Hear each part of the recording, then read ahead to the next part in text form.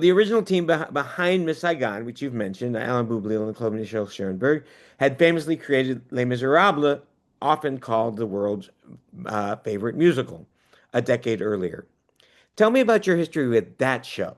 How well did you know it? What did you think of it? And how did it shape the way you came to view Miss Saigon? Okay. I had never seen Miss um, Les Mis. Wow. I didn't know it. It had only played in London. I mean, the they had started working on this new show before Les Mis opened. I see. So it was sort of in the works, and they had a full draft of the first act. Cameron had an idea which was really, really perceptive of him, which was um, the show is written by Alain Boublil, who's from Algeria and French, and Claude Michel is Viennese, and everybody else is British. Um, that the show absolutely had to have an American voice. And he's Mm, absolutely right, because the Europeans, their attitude towards Vietnam is basically, "What are you talking about? We've been losing colonies for the last 50 years. Why are you getting so upset?" They didn't know this other element of the mythology of America that was going to be crushed in the fall of Saigon. I mean, mhm. literally, people were going around the American embassy expecting to that something was going to happen and save the day. Even Right. the city was surrounded and there was absolutely no escape and there's no way, nothing to do except they thought something would happen until they got into the helicopter and escaped, and until the helicopter took them out. That was when it hit them that they were losing. Yeah. They actually believed in the fact that somehow or other they were going to win, and Yeah. even when it was impossible to miss. Chris is Um, the one in the show who sort of understands that well, right. and the engineer. And the engineer. You mentioned the Bui Doi, which is one of the most powerful moments in the show. It's the song is about the children of American GIs and local women who were left behind in Vietnam and suffered tremendous discrimination and even contempt. Mhm. I was born in 1970, and so I'm exactly the age to have peers in that category, which I did. Your song hits me every time. Tell me about its creation.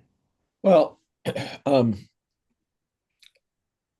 I just want to repeat the primary dramatist of the Right. show is Claude Michel.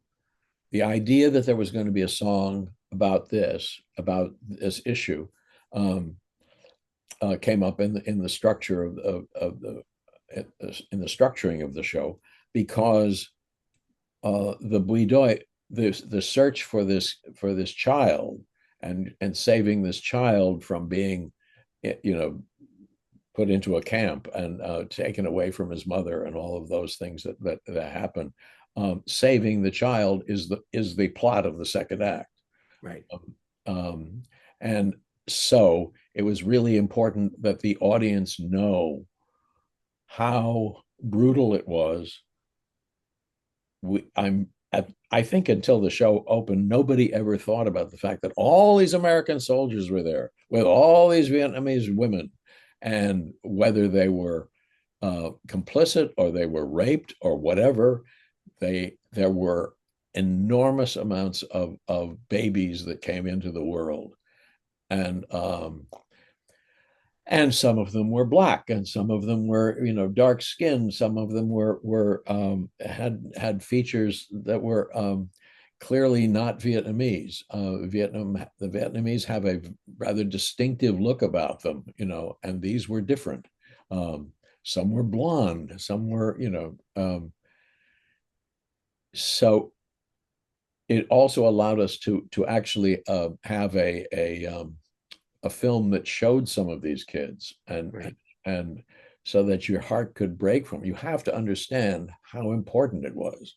Hmm. But there are several things I'm proud of in the show, but one of them is that the stakes are enormous from the moment the curtain goes up. Everyone's life is at stake at every moment, all the way through the show. They have to get out of whatever situation they are in. There's no repose, Right.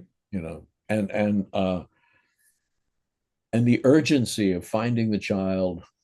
I mean, I must say we spent a great deal of time trying to figure out the logic of how Chris could possibly find out about this child, and hit upon the idea that John, when he came back, because the soldiers, when they came back, they really had trouble having a life. He got a job trying to connect and working for the agency that connected children with their fathers, and that was, you know, extremely emotional. But he did that, and so if that's the case, since he knew Kim, and he knew and had, so if he saw a photograph of her, if she had submitted papers, Right. it, he would recognize it and realize, oh my God, what am I going to do? I've got to go and tell my friend Chris that he has a son, and he doesn't know about it. Right. Not like that he's married. Um, so that was a completely logical solution, which until it existed was, you know, it was an impossible solution. We couldn't figure out Right. how to get the word there.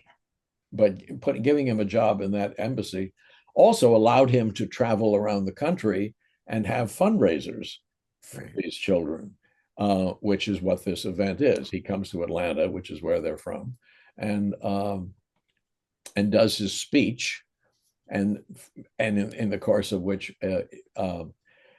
then afterwards he meets his friend Chris, and then takes him aside and tells him the news. Why is he called the engineer? I didn't do that. I didn't. Oh, okay. That was a choice. And I must say, I have asked Alain that, and his answer is, I don't know.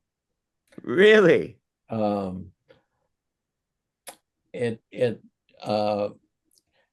in the character in Madame Butterfly is not manipulative. Uh-huh. He's a power broker of sorts, but Uh-huh. he's not manipulative. In my email to you, I compared the engineer to other morally compromised guide figures like the MC in Cabaret or the leading player in Pippin. Do you see that comparison, or doesn't really work for you? No, because those two carry the Pippin and the MC talk to the audience, and he doesn't talk to Ah, the audience. I Uh, see. he doesn't. I mean, he has soliloquies that are played front, but he doesn't break the wall. Whereas in Pippin, from the very moment that the lead player appears, he's saying, "Join us." You know, so Right. he is a guide. The engineer is useful structurally to give us a whole lot of information we need to know. Yeah. Um, he explains all of the stuff about the camps, and where when he's sent off, you know, we wouldn't be able to understand what he's gone through. Um, Okay. JR is one of my longtime students. JR?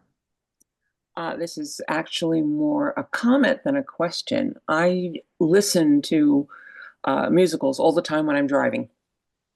And I have to say that it's a tremendous compliment to the way Miss Saigon has been written, that I cannot, absolutely cannot drive and listen to that show because I am in tears the entire time. So I have to stop. I have to pull off the road. I absolutely will not listen to it. When I saw it originally on Broadway, it absolutely blew me out of the water, particularly Bui Doi. And it's a magnificent piece of work, and I enjoy it so much. And I thank you for all the beautiful work that you did on it. well, I'm going to answer that, even though it's not a question. I am very pleased to hear that. I'm really proud of all of the British shows that came over in the British invasion. and this was basically the last one of the big ones. This one has the best play, is the best script. It is, I don't mean the actual writing of it, but the actual plot as a play is better than all the others. Les Mis is still the what do you call it, the Cliff Notes version of Les Misérables, and the Andrew's shows are powerful score driven shows, but they're not dramatically complicated. The script of Miss Saigon is a genuine script. If you took the music away and just read the script, it would play like a play. People are always surprised that schools and things have done smaller versions of the show without the big ensemble and all of that. And oh my Lord, isn't it amazing that it plays that well? But in fact, when we were writing it, I thought, what is the chorus going to do? We need them here and we need them there. What are they going to do the rest of the night? Because one after another, the scenes of the show are all 2 scenes and 3 scenes, 2 characters, 3 characters. And as a result, when you strip away all the big production and the helicopter and all of that, the play plays because it's a really good play, and it as in any good play, it gives you all the background information you need to understand the terms of the play.